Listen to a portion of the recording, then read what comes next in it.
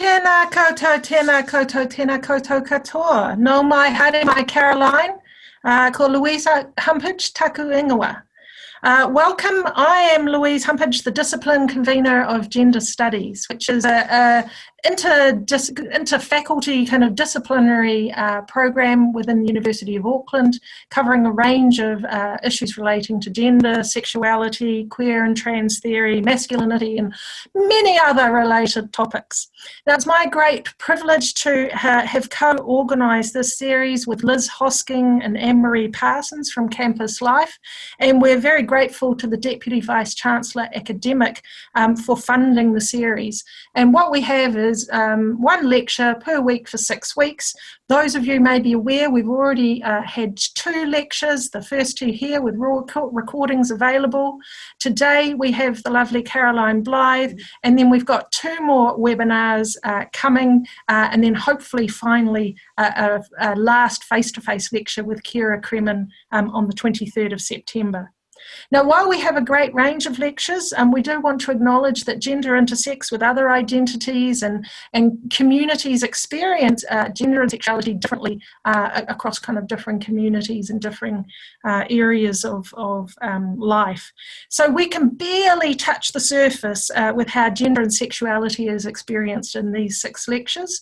So if you're at all interested in gender as an issue, please, on the website, the Winter Lecture Series website, you can find my email. You can sign up for the Gender Studies newsletter, because we have Gender Studies seminars and other events that we advertise on a weekly basis, and you'd be welcome to come along to those.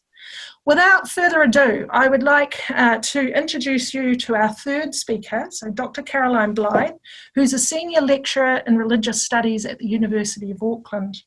Now, her research interests encompass exploring the Bible and popular culture, focusing in particular on representations of gender and sexuality in biblical and contemporary narratives. Her recent publications include The Lost Seduction, Reimagining Delilah's Afterlives as Femme Fatale, and The Bible in Crime, Fiction and Drama, Murderous Texts. I think she's got a real knack for interesting titles. And along with Joanna Stibert and Katie Edwards, she actually manages the Shiloh Project, which is an interdisciplinary research group exploring the intersections between rape culture and religion. Now today, Caroline's going to present on her current kind of research obsession, which is exploring the representations of gender violence in crime fiction and true crime. So, ngā mihi nui, Caroline, welcome. Thank you, Louise, and thanks to the Winter Lecture organisers for inviting me to take part in this fabulous lecture series. And I'm just sorry we're not all there in person on campus to see each other face to face every day, but I'm sitting in a little cupboard in my house, and forgive me if I don't stare directly at you, because I've got my notes here on my side, so my eyes might keep flicking over to my left. Let me just tell you a little bit about myself. I was born and grew up in Edinburgh in Scotland, and after studying psychology at university, I trained and worked as a mental health nurse for 13 years before deciding to go back to university as a mature student and study religion, purely out of interest, really. But then, one thing led to another, and in 2011, I moved to Aotearoa to work at the University of Auckland. And thanks to the hospitality of this beautiful land and its tangata whenua, I really feel that I've been able to make my turanga waiwai here. I found a place to stand, a place to work, and a place to live, and for that I am very grateful.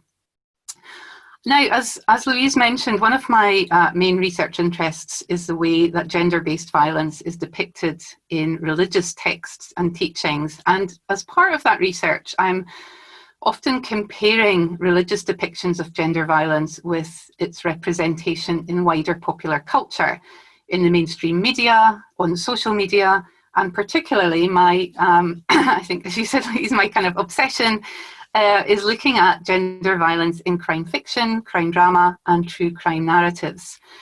And it's some of these representations of gender violence that I'm going to focus on today. because I believe that they offer us a really vivid snapshot of how we as a society make sense of gender violence, how seriously we take it, who we blame for it, and also whom we are keen to exonerate from blame. And these portrayals in the media and popular culture also serve to reinforce certain understandings of gender violence. Creators of news stories, documentaries, and TV dramas craft a narrative that invites audiences to see gender violence through a particular lens. And when that lens is shaped by an underlying misogyny and a seeming blindness to the patriarchal structures that sustain gender violence, then what we see is troubling, to say the least. So in this winter lecture series, I'm going to focus on one particular form of gender-based violence, and that is intimate partner femicide, the murder of women by their current or former partner.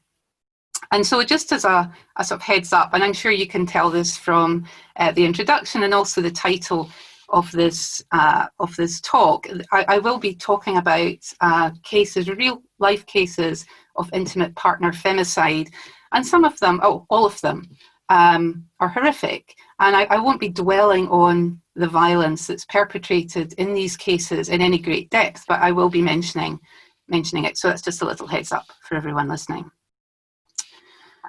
So, according to a United Nations report published last year, 87,000 women worldwide were murdered in 2017. 87. Now, more than a third of these women, so that's around 30,000, were killed by their current or former partner. If we do the maths, that's 577 women every week, or 82 women every day, were victims of intimate partner femicide.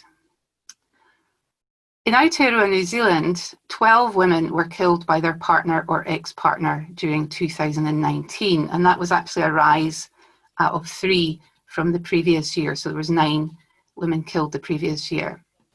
And according to a report carried out by stuff.co.nz, intimate partner femicide accounts on average for 50%, so half of female murders in New Zealand every year. Intimate partner femicides are also among the most violent murders, referred to sometimes as overkill deaths. The violence perpetrated often goes far beyond that required to kill. These murders are also more likely to be premeditated and carefully planned than to be spontaneous or unintentional killings. And perpetrators of intimate partner femicide also typically have prior convictions for domestic violence or other forms of violence. Meanwhile, across the Tasman in Australia, 1 woman is murdered on average every week by a current or former partner. So in New Zealand last year, it was on average 1 woman every month. In Australia, it's 1 woman every week. Now, the New Zealand population is around 1/5 of Australia. So if I've done my maths right, statistically, I think New Zealand's rates are per capita of intimate partner femicide are fairly similar to Australia. Now, despite these statistics, intimate partner femicide is often depicted in the Australian and New Zealand media in deeply harmful ways. Victims are blamed, perpetrators are eulogised or excused, and the severity of this crime is downplayed. And in this lecture, I'll first discuss a number of examples from media reporting of intimate partner femicide cases, predominantly in Australia and New Zealand. And then for the second part of the lecture, I'm going to turn my attention more briefly, to the TV dramatisation of a historical New Zealand murder. And this TV drama is called, as you'll see on the slide, How to Murder Your Wife, sold to us on TVNZ as, and I quote, a quirky black comedy. Now, I argue that these representations of femicide in the media and popular culture are a powerful means of sustaining misogynistic discourses, which undermine the current crisis of domestic violence and frame women's murders by their partners or ex-partners as inevitable, understandable, or even as a source of entertainment. So let me first talk about the way that the mainstream media depicts incidents of intimate partner femicide. And I'll be drawing here on the work of Australian journalist Jane Gilmore, who's written about this both on her website and her 2019 book called Fixed It: Violence and the Representation of Women in the Media. And if you've not seen the book or read it, I strongly recommend it. It's well worth a read. Now, as Jane Gilmore notes, media reports of gender-based violence often speak about it in ways that sensationalise it or kind of offer us titillating details about it, diminish its seriousness, blame the victim, exonerate and eulogise the perpetrator, and ignore the broader social causes of gender-based violence and some of the sort of warning signs that we see that leads up to intimate partner femicide in particular. The language used in these reports, the information included, emphasised, and left out, influences how audiences make sense of these crimes in ways that I think perpetuate harmful myths and misperceptions about men's violence against women. And so I'm going to show you in a moment some examples to illustrate some of the problematic ways that this crime is reported. And I'm focusing particularly on the headlines that we see online when we get our kind of news feeds on our phones or our iPads or our laptops. But sometimes, just now and again, I'll dip into what the rest of the news report actually says, but I will be focusing on the headlines. And Jane Gilmore reminds us that headlines are rarely composed by the journalist who writes the article. They're usually added by editors who are keen to create some clickbait to boost website traffic. But as I said, these headlines are what we most likely see. We scroll through our social media newsfeed every day, we take them in without necessarily clicking on them to read the full story. And so, you know, these headlines are what we remember. And as Jane Gilmore notes, the myths around male violence and about intimate partner violence that permeate so many of these headlines have an effect on us, even when we don't notice them. So here are some examples, and I took a few from Jane Gilmore's book. She mentioned them, and the rest I found myself when I was trawling through the interweb. So the first person, Leanne Lapham, an Australian woman, was murdered by her partner, Graham Evans, in 2010. An argument about an empty bacon packet that Graham Evans had left in the sink escalated until he punched Leanne so hard in the head that he fractured her skull and killed her. Graham then dumped Leanne's naked body in dense bushland, hoping it wouldn't be found, but it was eventually discovered. And the Australian Courier reported the crime as follows. This is the headline: Queensland mum beaten senseless over bacon packet. Now, when headlines report male violence, including lethal male violence, the perpetrator is often written out of the story, erased and replaced with locations or objects or other completely unrelated facts that mask his complicity in the murder. Leanne's killer, Graham Evans, isn't mentioned in this headline. Her murder is reduced to her being beaten senseless, so not killed, by some invisible hand, some invisible perpetrator. And also, as Jane Gilmore notes, and she mentions this particular case, the mention of a bacon packet, which, to be honest, is pretty irrelevant. It does serve to trivialise this crime, as though, and Jane Gilmore said, it's almost as though the bacon is getting the blame. Leanne isn't mentioned by name either, and that's incredibly common in news headlines, that the victims are rarely named. She is simply a Queensland mum. Her name is erased from her own murder. Here's another example of the invisible perpetrator. This time the victim is named. Murder victim Amanda Carter, suspected affair, court told. And this is another Australian case. That headlines from the Newcastle Herald. In 2010, Amanda Carter broke off her engagement with her fiancé, Ricardo da Silva, after she suspected him of being unfaithful. He then continued to stalk her, threaten her, and he eventually killed her in an extremely brutal way. In this headline, though, Da Silva, Amanda's killer, is omitted from the narrative. There's no mention of the fact either that he was stalking her and terrorising her. And there may even be a hint of blame on Amanda, placed on Amanda herself here. She's framed as the jealous girlfriend. She suspected an affair. And the fact that she suspected Da Silva of being unfaithful almost seems to offer a rationale for his violent response. Amanda's story ought to be very familiar to us. When women leave or attempt to leave an abusive or unfaithful partner, they're often particularly or increasingly vulnerable to escalating levels of violence. And this is such a common occurrence, yet it is rarely mentioned or recognised in news stories about intimate partner femicide. Indeed, some news reports even downplay the violence or frame it as part and parcel of a romantic relationship. For example, New Zealand woman Nicole Barker was shot to death by her violent ex-partner in 2010 after she decided to break off their relationship. She'd moved to a campsite with one of her children, but he went there and found her and shot her, then shot himself. And now stuff.co.nz reported it with the following headline: "Gun-wielding lover thwarts woman's fresh start." Now, this man wasn't Nicole's lover. He was her abuser and her killer.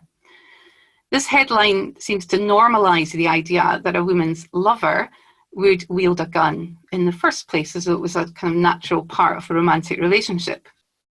And to say that he thwarted her fresh start is an understatement, to say the least. He killed her. And it's what's interesting, if you read the rest of this Stuff article, and it's still online, all of these are still online, most of the article actually, it says very little about Nicole, but most of it focuses on the campsite where her murder took place and sort of laments the impact that it has had on both the owner of the campsite and the other residents. That seems to be the main focus of the whole article. Heidi Wellman Scott, another example of an invisible perpetrator and a woman who is written out of her own brutal murder. Heidi was stabbed to death by her ex-partner in 2014. Brent Scott also attacked and seriously wounded Heidi's daughter, Taryn, and Taryn's boyfriend, Matija. TVNZ interviewed Taryn and Matija and ran the story with the following headline: Victims who suffered horrendous injuries revealed details of frenzied knife attack that left a mother dead. So this TVNZ headline erases all mention of the perpetrator, Brent Scott, but instead puts down the death of the unnamed Heidi to some disembodied knife attack. Heidi is identified only as a mother, not a person in her own right, not even Taryn's mother. And with that indefinite article, a mother rather than the mother or Taryn's mother, she's anonymised to the point that we can't even relate to who she is. So we may just be far less likely to care. Another headline from Heidi's murder case comes from the New Zealand Herald. Brent Scott had nothing left, says friend of man accused of triple stabbing. This time it's the victims who are left out of the story. The fact that one of these stabbings was fatal isn't mentioned, and instead we are invited to focus on the perpetrator, but in a way that invites our sympathy. Brent Scott had friends, it appears, and they insist that he was a man at the end of his tether. His wife had left him. What else could he do? Now, not mentioned, I don't think, in this news story, but mentioned elsewhere, Brent Scott had, like many perpetrators of intimate partner femicide, had carefully planned this attack on Heidi. He had booked himself a flight back to South Africa a number of weeks prior to the attack, and he'd bought the knife he used to kill Heidi 4 days prior to assaulting her. But this article focuses instead on eulogising Brent Scott, quoting one of his friends as saying, and these are his words, "I couldn't fault him, I'd leave him with my kids." And as Jane Gilmore points out, this is a really common trope, the good bloke trope, which is hugely common in media reports of intimate partner femicide and cases of family annihilation as well. And we'll see one of these later. Brent Scott's friends continues, and I'm quoting here, "He's not the guy everyone makes him out to be." And we're also told that Brent only changed after his relationship with Heidi fell apart. The killer is exonerated here, and instead the blame seems to be getting shifted onto Heidi herself for ending the relationship and ruining Brent Scott's life. Another example of victim blame is seen in the case of Anne Rogers, who was murdered by her husband Warren in 2016. He smothered her with a pillow after she reconnected with an old friend on social media. The ABC news site headline read, "Man jailed for murdering wife over Facebook messages to high school sweetheart." Now this headline hints, or doesn't hint, it kind of shouts out Anne's disloyalty to her husband. He'd asked her not to talk to this former sweetheart from decades ago on Facebook, and she decided she wanted to, which I think was perfectly she was perfectly entitled to do so. But the headline suggests that this is some kind of reason or understandable reason why Warren would kill his wife. It shifts the blame onto Anne. It excuses Warren Rogers' choice to kill his wife. There's no other reason to mention Facebook in the headline, and you could put a full stop after wife and have a perfectly coherent and accurate headline.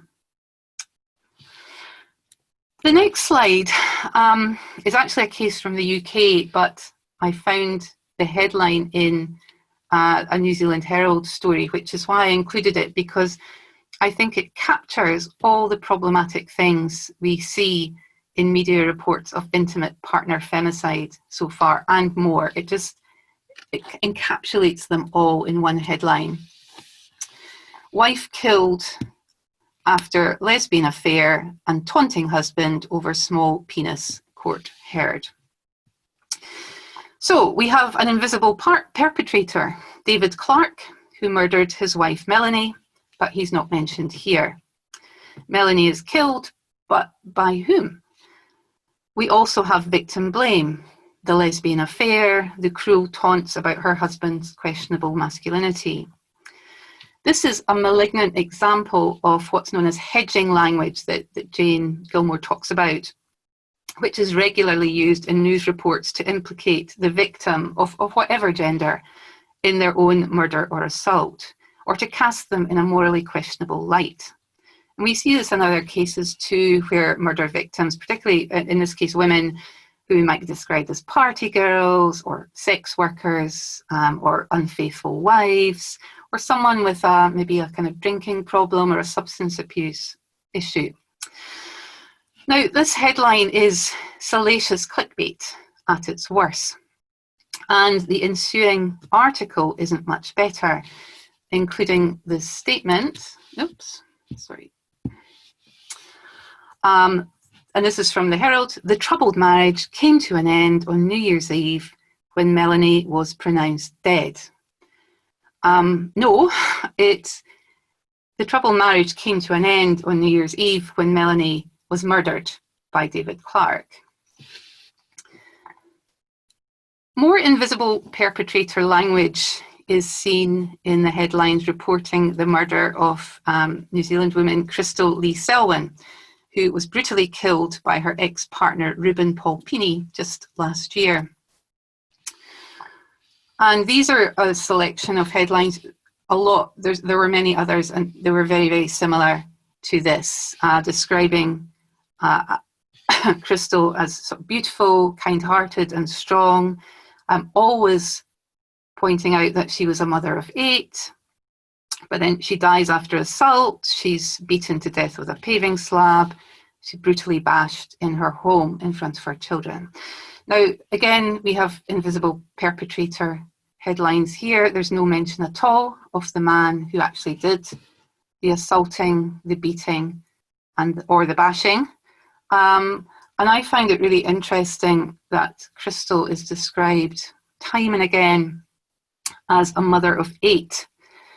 Now, being a mother is definitely valorized in our contemporary culture, but there is also a judgment regularly placed on women who are maybe deemed too much of a mother, particularly if they are a woman of colour or a working class woman, as Crystal was.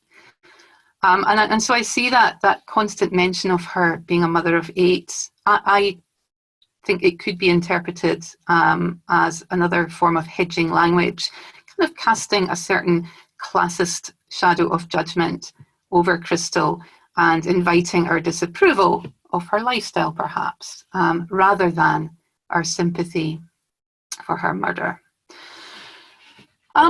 Speaking of staying with Crystal, I did find on my search of the internet, I did find one headline that I thought, thank goodness, at last, it offers us a lesson perhaps in how intimate partner homicide should be reported, and it was reporting about Crystal's murder. And so thank you, 7 News Australia.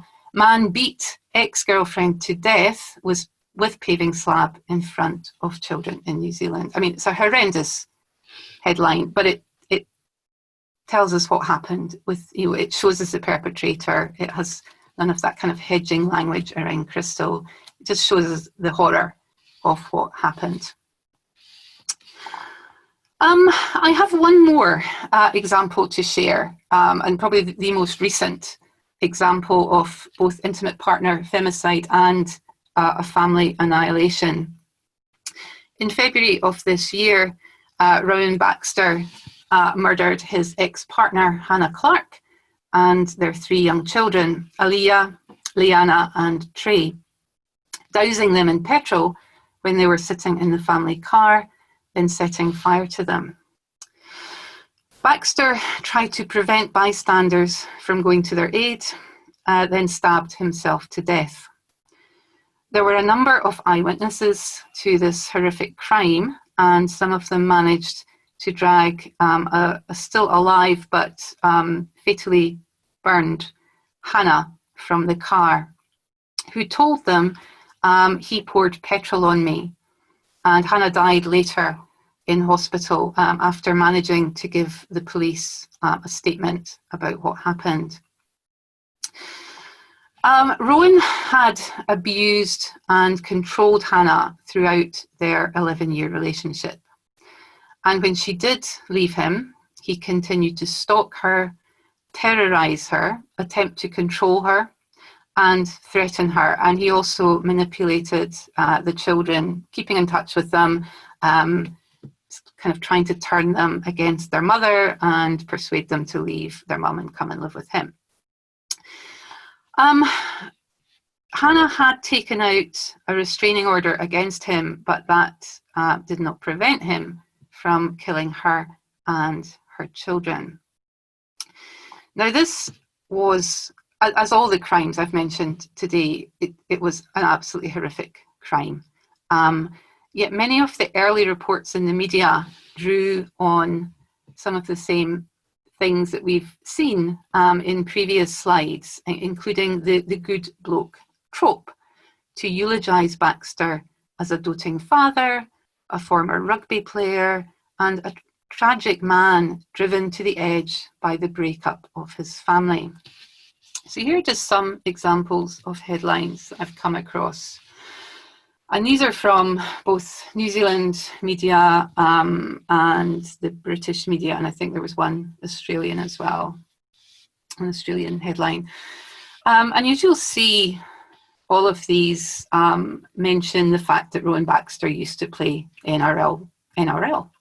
Ex-rugby league star, Rowan Baxter, former NRL player, ex-rugby player.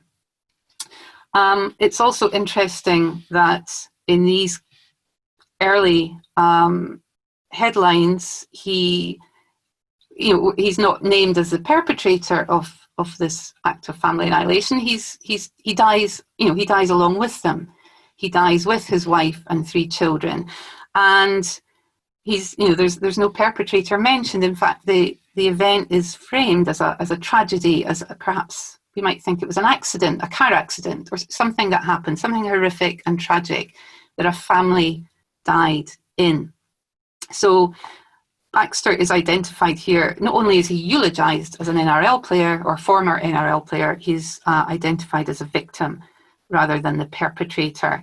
And although he is mentioned in a couple of these headlines, his wife, Hannah, his 3 children, they are never or rarely mentioned in any headline. And even when Hannah is alluded to or named, the fact that she was murdered along with her children doesn't warrant a mention. And again, it's like we've seen time and again, both Hannah and her 3 children are written out of their own murder. So the top one was the Bega District News: mother burnt in Brisbane car fire dies. Again, it just sounds like an accident, doesn't it? And then Hannah Clark dies after suffering burns in horrific Brisbane car fire. Again, where's the perpetrator here? He's not mentioned. And these are just a few. I could have filled many more slides with similar headlines. Now, Fox Sport does at least admit Baxter committed this horrific crime, although they do so with a very strange delicacy. Wife dies hours after her children were killed in car inferno lit by league player father. I'm not sure. I don't know if the word lit. I mean, you would light a candle perhaps, but I'm not sure if you light an inferno. It doesn't quite capture exactly what he did in this case. And it's interesting as well, they've illustrated this story not with a picture of the wife and children who have died, but the man who they suggest killed them, valiantly playing rugby. Hannah is named only as a wife, and she wasn't his wife, she was his ex-wife. So the fact that they were separated isn't alluded to at all, and there's absolutely no mention of the fact that she was killed by him. Perhaps we should suggest to Fox Sports that a better headline might be Hannah Clark and her children murdered by Rowan Baxter. Stuff.co.nz went a step further and invited us to see Baxter as a figure of sympathy. Ex-warrior, again, his rugby playing prowess is eulogised here, lived as a virtual recluse before Brisbane tragedy. Again, these reports erase Rowan Baxter's actions, not to mention eulogising his rugby achievements, casting him as well as a tragic figure in this story. There's no mention in this headline that the reclusive Baxter was stalking, manipulating and terrorising his ex-partner and his children.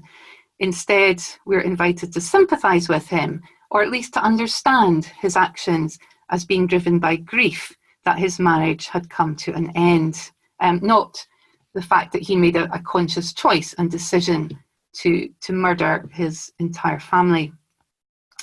Now, I'll grant that perhaps some of these news sites, when they publish these particular headlines, they may not have had the full facts of the case. They may have heard of a car fire where people died. But Baxter's culpability was ascertained fairly early on, even though the police chief, the Queensland police chief that investigated this crime, made a statement that he was keeping an open mind about what had happened. They found out fairly quickly what happened, and it was that Baxter had murdered his family. But given that, after the full facts were discovered, I think it's pretty unconscionable that news sites, online news sites, did not go back and rewrite these headlines to make very, very clear that Rowan Baxter murdered his ex-partner and his 3 children. Hannah, Aaliyah, Leanna and Trey did not simply die in a tragic car fire. Baxter's status as NRL player is completely unimportant. Hannah, Aaliyah, Leanna and Trey deserve to be named in these headlines as victims of a violent man who made the conscious choice to kill them all. Now, as these examples I've shown you demonstrate, media reports of intimate partner femicide repeatedly draw on language that eulogises the perpetrator and absolves him of responsibility. And such language only serves to reinforce the fact that women's lives are not valued. Rather than acknowledging the endemic levels of intimate partner violence in our society, we prefer to blame women for their own victimisation. We refuse to talk about or recognise the wider structures of domestic violence and coercive control that so often lead to women's murders at the hands of their partner or ex-partner. We prefer to pretend it's not happening, or that it's unavoidable, or that it's the woman's fault, or it's simply something we can shrug off. Or even, it seems, something we can have a laugh about. So just for this last part of the lecture, let me move away from media reports of intimate partner femicide and turn instead to the representation of this crime in popular culture, where in one case, at least, it's offered to us as a source of humour. How to Murder Your Wife, as I said, it was created by a TV drama that was shown on TVNZ. It was created in 2015, and up till recently you could still view it on TVNZ, although I noticed when I checked the other day it was currently unavailable. I'm hoping people have complained about it and it's been taken down. It's advertised as a black comedy and relates the real-life murder of Elizabeth, or Betty Benning, by her husband Alf Benning in Wellington in 1977. It was, by all accounts, a horrific and premeditated murder. After months of planning, Alf strangled Betty, then dismembered her body and buried her in the garden. Yet in the TV drama, How to Murder Your Wife, the horror is not only portrayed in disturbingly graphic detail, actually, it's also played for laughs. This drama draws on some of the same rhetoric we saw in media reporting of intimate partner femicide. The perpetrator is eulogised, his horrific crime is downplayed, and viewers are invited to sympathise with him and to blame his victim for her own brutal murder. So here's the description on Screen Time NZ, where you can actually go and watch the trailer as well, which captures some of the horror of this show. And this is just 2 brief bits from the website. It talks a lot more about it. But yeah, it says Alf Benning is the most lovable murderer you'll ever meet. A quiet, charitable, seemingly benevolent little man. After years of misery under the thumb of a physically imposing, domineering wife, the frail, mild-mannered SPCA volunteer and charity worker decided to kill her, chop her into pieces, and plant her under an apple tree in the back garden.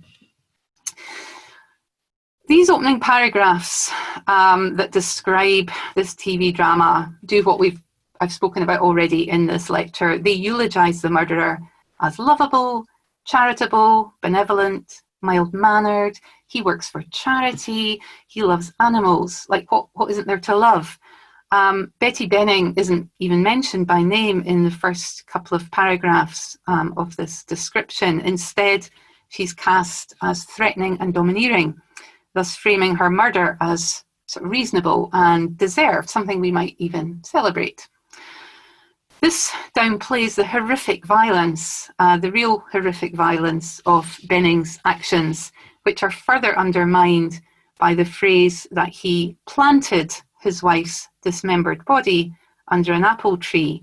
Now, to be honest, he didn't plant her as though he was hoping she would regrow. He buried her to hide this crime. How to Murder Your Wife has been critically acclaimed, winning 3 awards at the New York City International Film Festival in 2015, including Best Comedy in a Feature Film. And all the media reports I read about this TV drama say the same thing. It's a black comedy about a poor, pitiful man who decides to kill his vindictive or monstrous wife, who ultimately deserves what she gets. And the New Zealand Herald journalist Duncan Grieve describes it as a drama that relates, and I quote, a harrowing domestic murder from late 70s Wellington in a very blackly comic style. So interesting that we have a harrowing domestic murder that is also comic, as if the two were potentially synonymous, or it certainly could overlap in the right circumstances. The actor Simon O'Connor, who plays Alf Benning in this drama, was interviewed about the role, and he drew on the good bloke trope and described the real Alf Benning, whom he kind of researched as, and I quote, a disarmingly friendly, almost nondescript sort of man, and a pleasant and helpful neighbour. Meanwhile, John Banas, the screen director of How to Murder Your Wife, describes the story as, and I quote, sad because someone dies horribly, but there's a lot of humour in it too. Banas also mentions that the real Alf Benning used to, and this is true, he used to euthanize and dissect sickly animals in his basement to practice how he would get rid of Elizabeth. And this was left out of the TV drama because Banas says, and I'm quoting here, because it would have all gotten a little too dark if we'd gone down that road. Now, I agree, killing animals is very dark, and I certainly would never want to watch that on any TV drama. But it frustrates me that intimate partner femicide isn't deemed too dark to portray, particularly as a source of comedy. In the same interview, Banas is also asked about the real Betty Benning and the fact that her friends insist she was actually a really nice lady. Banas admits that Betty probably had some good qualities, but says we had to make her pretty vile to make Alf's situation more understandable. But I ask myself, I would like to ask Banas as well, why do we need to make a wife killer understandable in the first place? Why do we need to hear this story from Alf's perspective alone? And why not make a TV drama about Betty Benning, focusing on her life? And even if she was, if we thought worst case scenario, if she was this domineering, dreadful person who drove Alf to kill her out of fear or despair, it's still not funny. It's intimate partner homicide is never funny. How to Murder Your Wife does capture some of the reality of the situation around Alf and Betty's relationship. It wasn't a happy marriage by any means, and the couple were definitely estranged. They slept in separate bedrooms. Betty had kind of divided the whole house in half using masking tape and insisted that Alf keep to his half and out of hers. She didn't like his dog. Apparently she'd threatened to strangle it or kill it. And she'd asked her lawyer to write to her husband requesting a higher weekly allowance and joint ownership of the house. At the same time, though, her friends described her as the real Betty Benning as being a woman living in fear. She was worried what Alf was up to and said to them they might not see her again.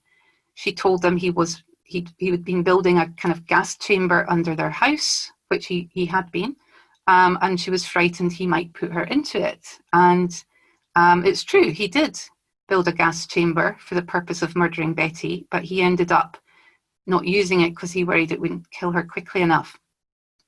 Millions of women live in fear of their partners, and sometimes their fears are realised in an act of lethal violence. But How to Murder Your Wife ignores this all too frequent pattern and plays Betty's fears and her murders for laughs. At the end of the day, murder is never funny, regardless of who the victim is or who the perpetrator is. It's especially not funny when the current murder rate of women by their partners or ex-partners is so scandalously high. TV dramas like How to Murder Your Wife simply portray intimate partner femicide as a source of entertainment. And like the media reports I mentioned in the first half of this lecture, they also perpetuate deeply damaging rhetoric about this crime, that victims are to blame for or deserve their own murders, that men who murder their partners are essentially good blokes, and that women's lives and their brutal murders really don't matter. Thank you.